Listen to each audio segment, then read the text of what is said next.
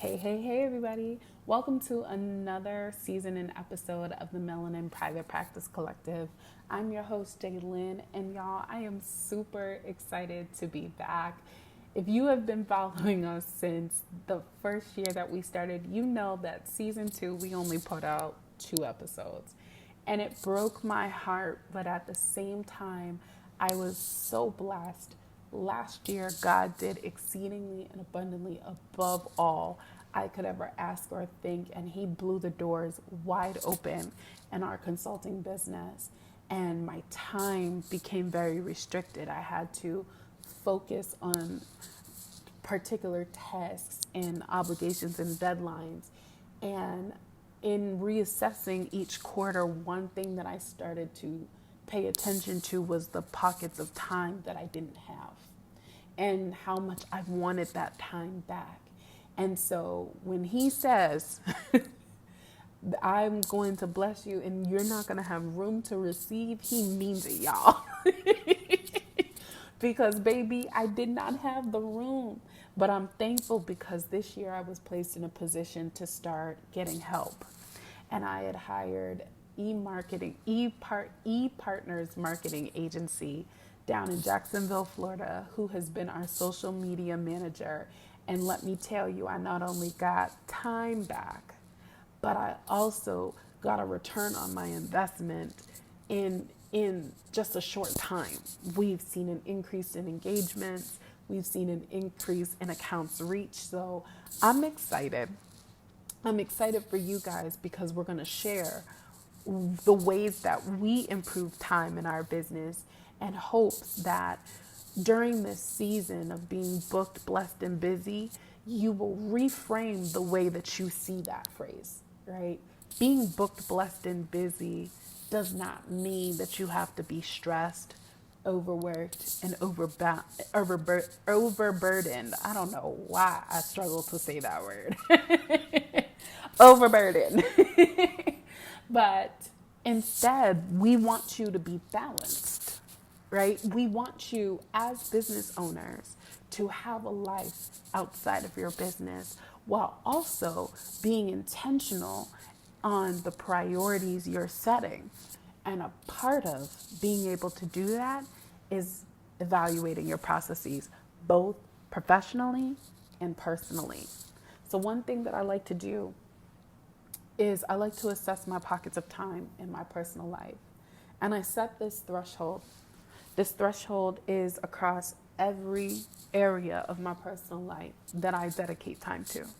So whether that's time, my personal time with God, whether it's fitness, whether it is ministry, dance ministry, whether it is the youth ministry, whether it is school, whether it is my family, whether it is my self-care, I set times for the month. And if I am above that time, then I have to look at why I overextended my time in those particular areas. If I'm below that threshold, I have to look at what did I have going on both personally and professionally that resulted in me spending less time in an area that I had dedicated. And that helps me reassess my business time, right? As a consultant, I'm not just managing your clinic or your practice, but I'm also managing mine. So, a part of being able to do that requires me to do the 5 Whys assessment. Now, the 5 Whys assessment helps me to identify why certain processes are in place. Typically, there's a problem, and in this instance, we're talking about time.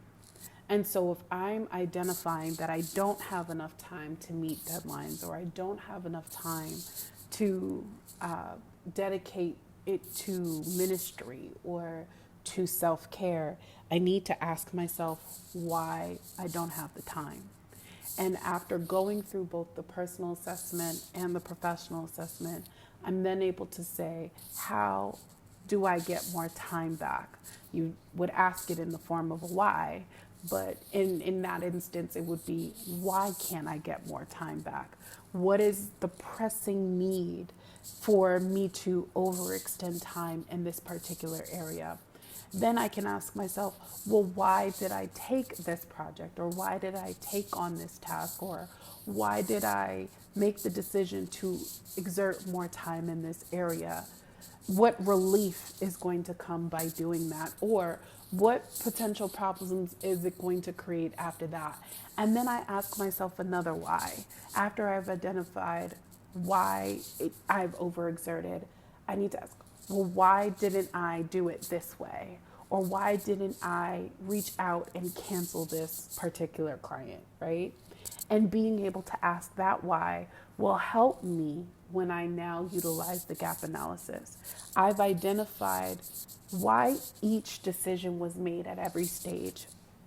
Now I need to go backwards and I need to identify where we are.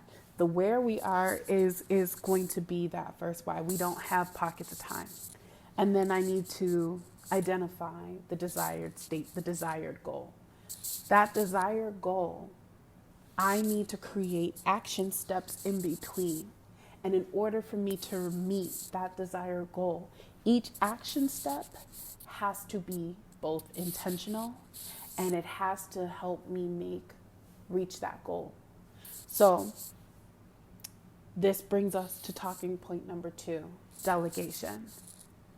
In order for me to delegate work, I need to know what needs to be delegated. I need to know what areas, pockets of time I'm getting back, both professionally and personally. So since we started with a professional example, I'll continue with that. If I've taken on a client and I know that it's going to require more work for this client, I need to be able to hire somebody that's going to help me get back time to meet that client's needs.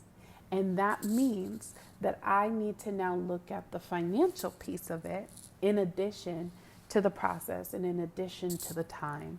And I need to look at how much of the resources we have internally can I reinvest into someone else who can help me so that I can get time to focus on this client while taking other areas of the business and giving it to somebody else. We talked about earlier that we hired ePartners Marketing Agency in Jacksonville, Florida to help us with social media. I got back time. So it allowed me to dedicate more time in other areas. And by accomplishing that task, I was able to meet a deadline for my client to open their new clinic, right? So this is what we talk about in terms of reassessing and creating action steps to help meet the deadlines and the obligations in other areas. Because the one thing I don't want to happen is that I take on a client and then I take on another client and then I'm unable to meet their needs, right? Because I understand that if I overextend myself, if I or underperform, that it's going to have an impact on you. The other thing that I also have to take into consideration, because it's something that I've seen consistently throughout the board, one of the things that our clients have done in the past is they don't tell you all the problems they're experiencing because there is a level of fear that comes into place. Their fear of judgment, fear of ridicule, fear of gossip, fear of all these things. And so they withhold certain things from you. And as a consultant, it was also imperative in those assessments that we did internally to look at the types of questions we are asking up front. Because what we found is that when we asked the questions up front in our assessment tool, we got the answers. But if we didn't redirect people to the assessment tool initially, we were finding out things thereafter. So we had to improve that process so that we could give a accurate estimate of how much time it would take us to help improve their processes. It was also a way to assess and flush out people who were mentally not ready for our assistance. And what I mean by mentally not ready is